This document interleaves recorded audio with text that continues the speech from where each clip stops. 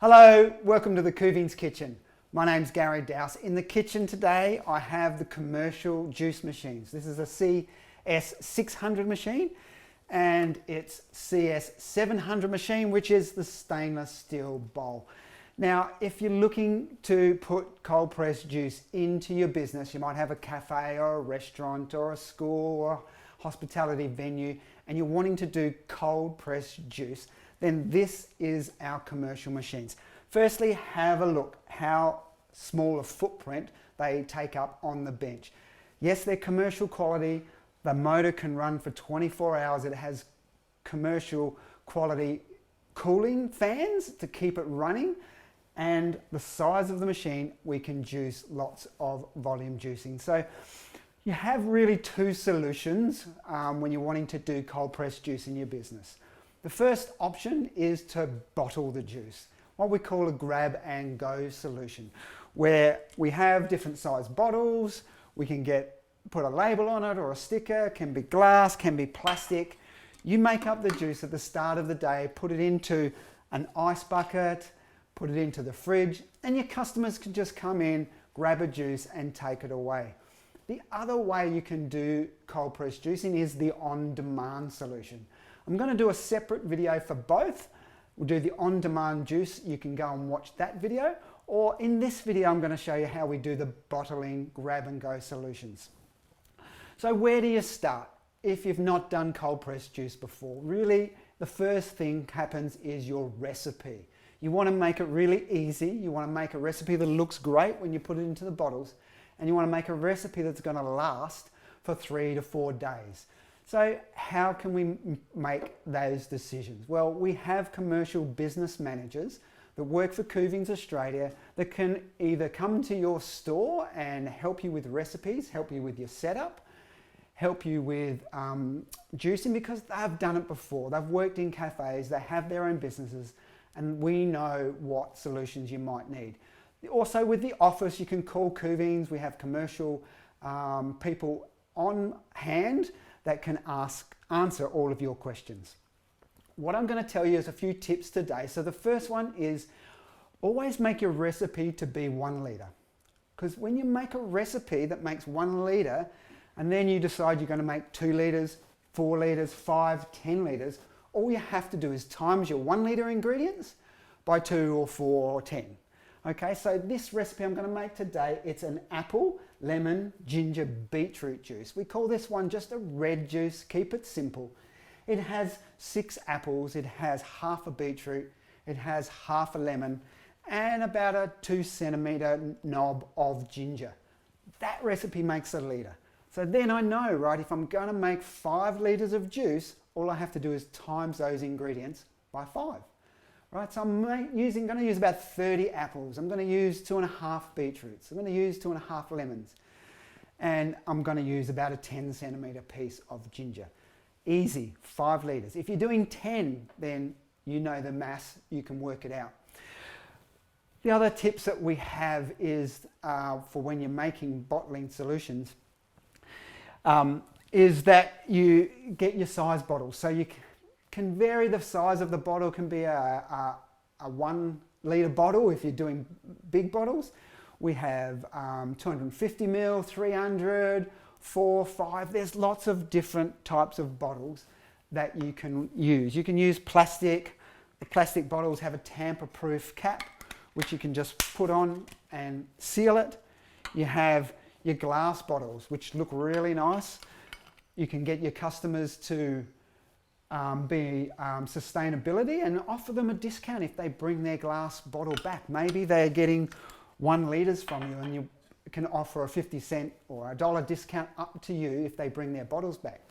So again, talk to the business managers and they can help you with different solutions. Okay, what else to consider? The other way is I'm making large volume, right? So today I'm going to make 5 litres. I have a 5 litre juicing canister. So as I'm making the juice, I just want to pour it in to the canister. It's going to fill for 5 litres, and then I can just use the tap to fill my bottles.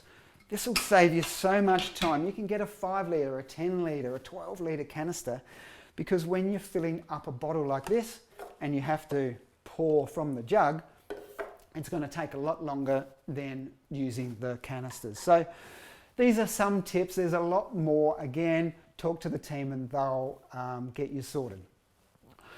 What do we love about a cold press juicer? A cold press juice in your cafe, in your restaurant, in your business, maybe even if you're making mocktails in a bar.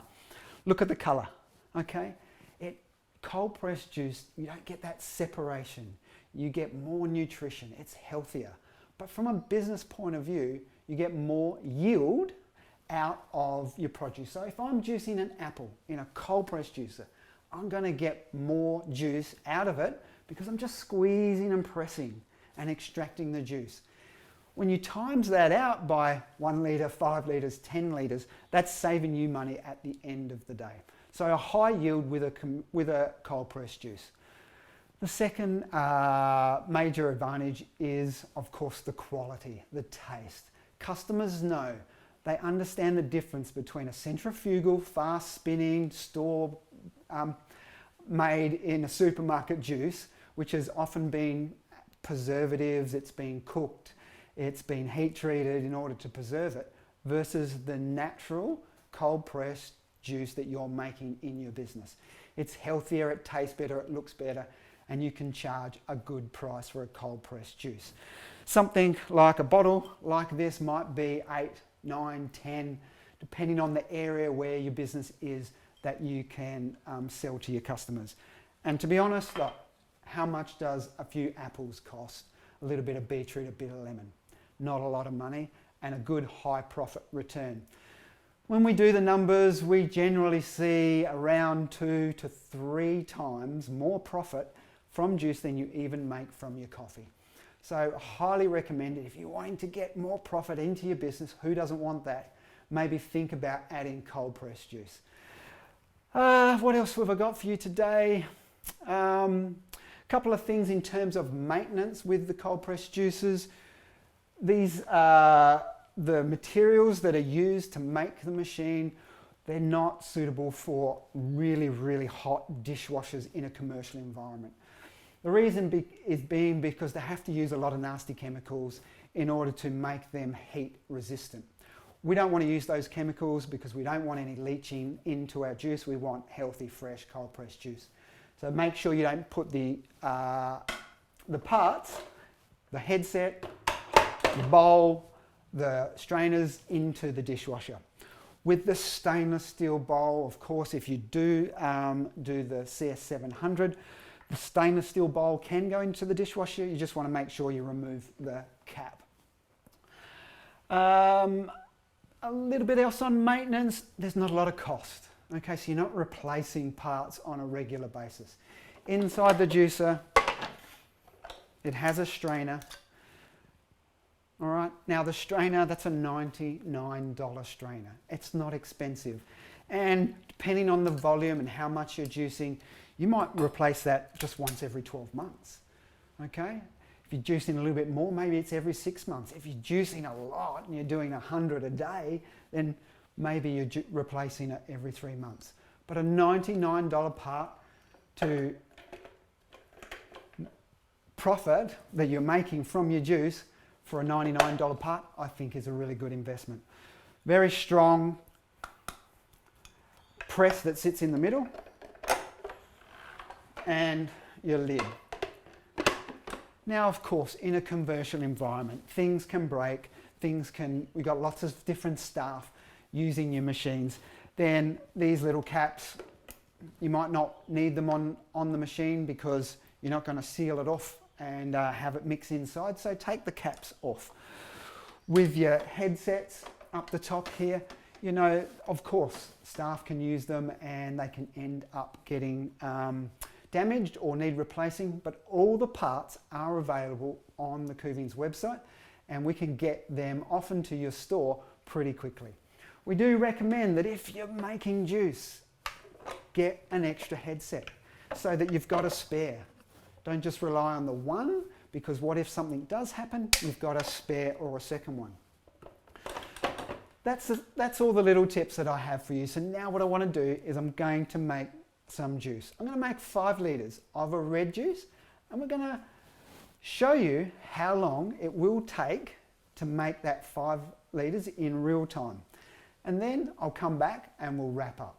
So let's make some juice, shall we? One thing I did forget to tell you, let me just remind you of one other thing, is you don't need to prepare ahead of time, because as the juices are squeezing and pressing the apples, I can easily cut a little bit of ginger, cut a couple of slices of lemon, chop the beetroot while it's going. Second thing is, use 2 machines, right? If you're going to make 5 litres, 10 litres, 20 litres, and you're just using one machine, right? Obviously, it's going to take a lot longer time. I'm going to show you today, as you watch and see me make this juice, that one person can easily operate 2 machines at the one time. All right, let's make some juice, shall we?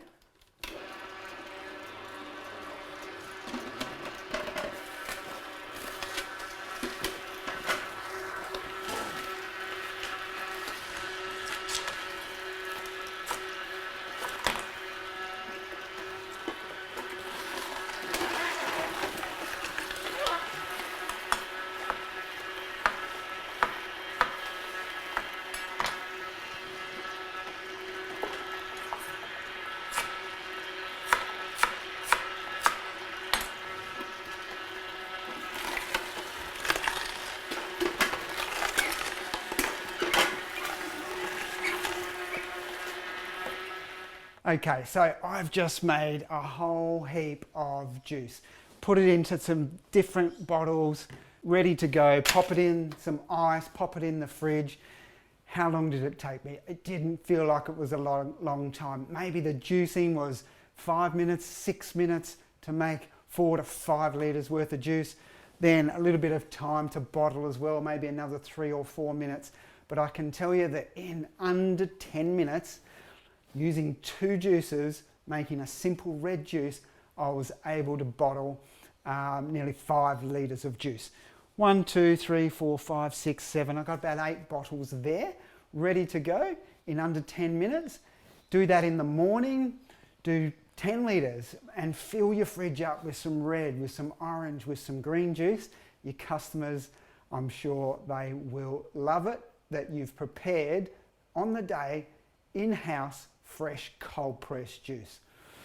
All right, so let me wrap up. Is there anything else that I'm wanting to talk to you about today? I think we've covered most of the things.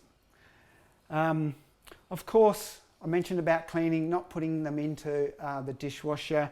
A tip that I normally recommend is you get some water. Let me grab some water.